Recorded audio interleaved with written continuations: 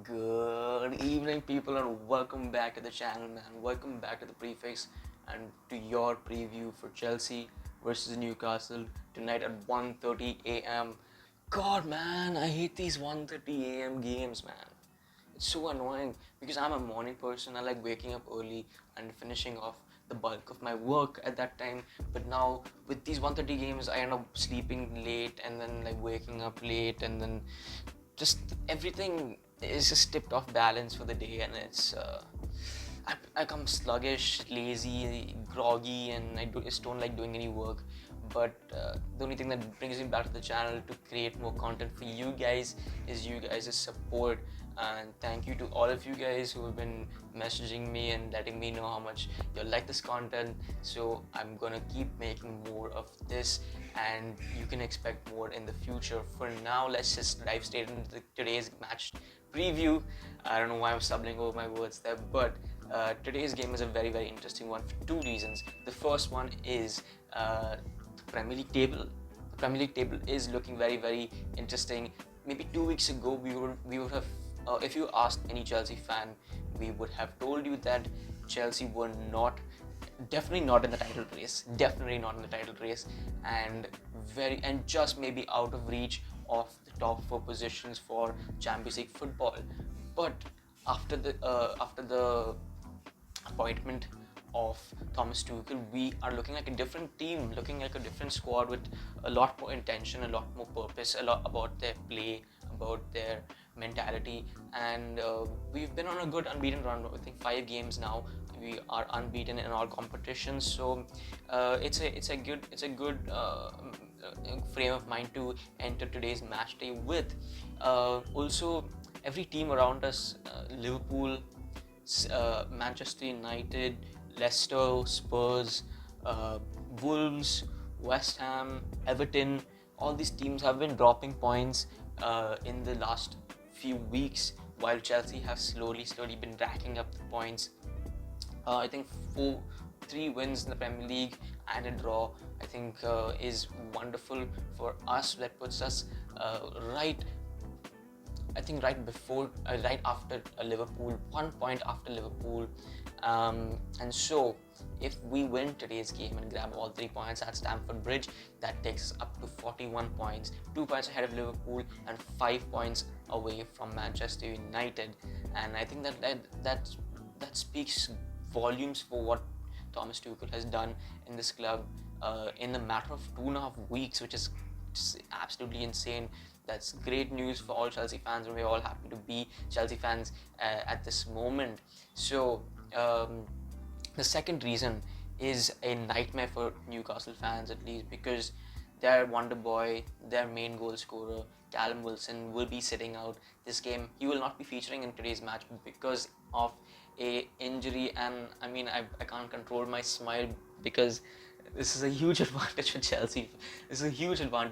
Because we don't have to worry about his aerial threat, not aerial threat, his physical threat in the box to muscle off defenders, to find space, because he's an English striker, proper English striker. He knows how to find space, and he knows how to deal with Premier League defenders, and he knows how to manipulate his way around a English pitch. And so not having him play against Chelsea is a huge advantage for the Chelsea team. This should boost confidence in the camp, and I think this changes the complete dimension of the game. Now the game becomes more of will you be able to break us down in terms of from Newcastle's point of view. They will be sitting back in their low block and absorbing suffering for as much as possible, and then one through ball to either Joe Linton, Saint-Maximin, or Andy Carroll is their only hope. So the lineups that I'm putting out today is reflective of this game plan, and I'm bringing back a few players who have been rested for at least against Barnsley in the FA Cup. I brought them back to feature in this game because I feel like they'll have the energy and the skill, the creativeness to break down this low block Newcastle team. Let's get straight into the lineups. I have gone with a 3-4-2-1. No, I've gone with a 3-4-1-2. So 3-4-1-2, and in goal it has to be Mendy. Obviously, this is no disregard to Kepa's performance. Obviously, he put in a good shift against Barnsley in the FA Cup, but I feel like even though he started to build a bit of confidence and a bit of momentum, I think that he still doesn't overthrow Mendy as the first keeper yet, because Mendy has had 10 clean sheets in 19 games this season, which is quite good, just 3 behind Edison, second in the league, third in the league. So yeah, Mendy keeps his spot as the number 1 goalkeeper for now. Now in defense, I've gone with a back 3 of Cesar Azpilicueta as captain, Kurt Zouma in the middle, and Antonio Rudiger on the left. I've gone with Kurt Zouma, but I do think that Tuchel is probably going to play Christensen instead of him. I do think that Christensen came off with...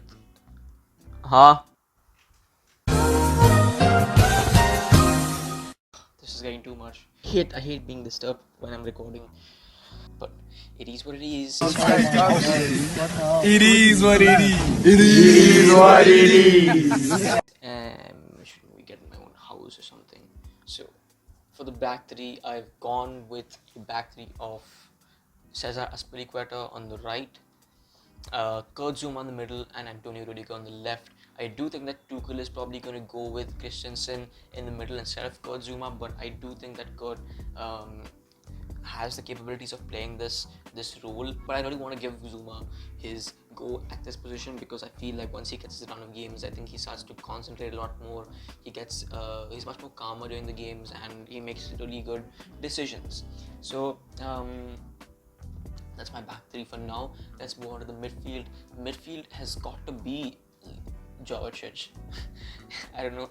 The Jovetic duo has always been a very, very fluent double pivot in the middle. I think we saw glimpses of that under Lampard last season when Kante was injured and he kept coming in and out of the team. And obviously under Thomas Tuchel, they've really looked the part and looked very, very calm, very, very decisive in their decisions, and very, very technically sound. Their passes are always reaching their man, they're always making the right passes, dribbling when necessary, and I think that partnership will continue even though Kante has now come back from injury. I feel like he didn't have a really good game against Barnsley. He was captain for that game. I did not think he did enough in that game to keep his spot in midfield. However, we all know that Thomas Tuchel is a very, very big fan of Kante, and so I think he's definitely going to be part of this team in some form or the other. For the wing backs, I'm going to go with Marcus Alonso and Reece James. So I think Marcus Alonso has been resurrected under Thomas Tuchel, and I think he's going to keep his place because he's done extremely well under Thomas Tuchel. He's been scoring, he's been building play, he's been advancing up the field and causing a lot of problems for teams who do not mark him. He puts in a good cross at times, and obviously on the other side we have Reece James, who is a delivery master, and he will be constantly putting those balls in, those crosses in, and building play, creating passing patterns on that right hand side, causing mayhem in the opposition box. We also know he has a really good strike from outside the box, as he scored against Brighton, but let's see if he can replicate that against Newcastle, against a very, very tight Newcastle defense. But mostly I'm playing Reece James because I do remind you that Newcastle have Saint-Maximin, who is a very dangerous player on the break, and I think Reece James with his pace and physicality can muscle him off and probably have him in his pocket for the entire game. Fingers crossed. Let's hope that happens. Now let's just move on to the front 3. The front 3, I've gone at number 10. I've gone with Mason Mount. Mason Mount, I think, is an excellent player. I think he's definitely my favorite player in the squad, and I think I've mentioned that every single video. But he's just so hardworking. You know, he just had a break, he had a rest, and I think he's going to come back with more of that energy to support the team in the transitions, to demand the ball and create space and find others in space, and maybe take a shot off, get a shot off, and score a goal. Even maybe that's it. That's my prediction, at least for today. So stick around for the fifth stand play predictor later on in the series, where I give my in-game stat predictions. Moving on to the front two, I think I've gone with Timo Werner and Callum Hudson-Odoi. I really want Callum Hudson-Odoi to have the freedom to utilize his creativity and skill and dribbling and all his assets much higher up the pitch, where he can actually influence the game. And so I feel like playing him in this wide forward position would be ideal for him to kind of find that space and maybe find Timo Werner, who's also going to be playing alongside him. Timo Werner came off with a dead leg against Sheffield, but I think that he will be ready for today's game. He had a rest in midweek against Barnsley, and I think now he's going to come back with a vengeance and hopefully kill this goal drought of his. It's been what, 14-15 games now that he hasn't scored, but he has been assisting, and that's all you can do as a striker when you're in bad form.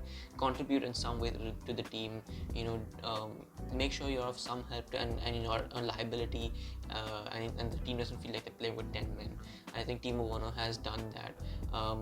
Although I do think that he should be taking the penalties. Obviously, he had that one miss in the FA Cup against Luton Town, which was Lampard's last game for Chelsea.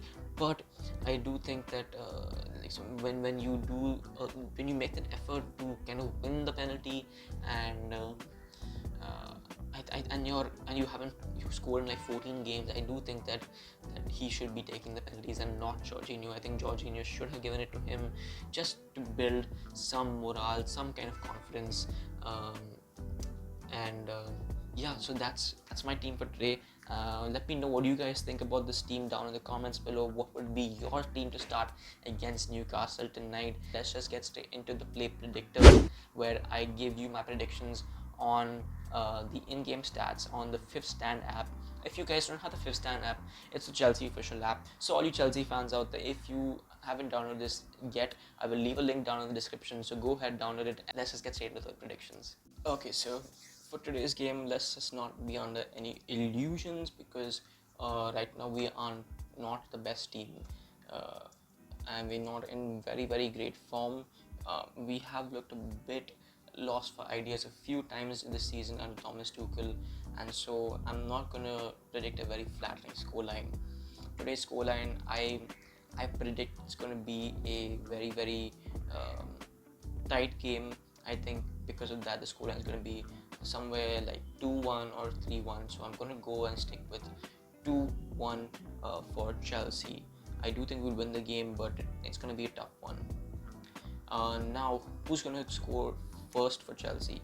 I want to say Timo Werner will score first.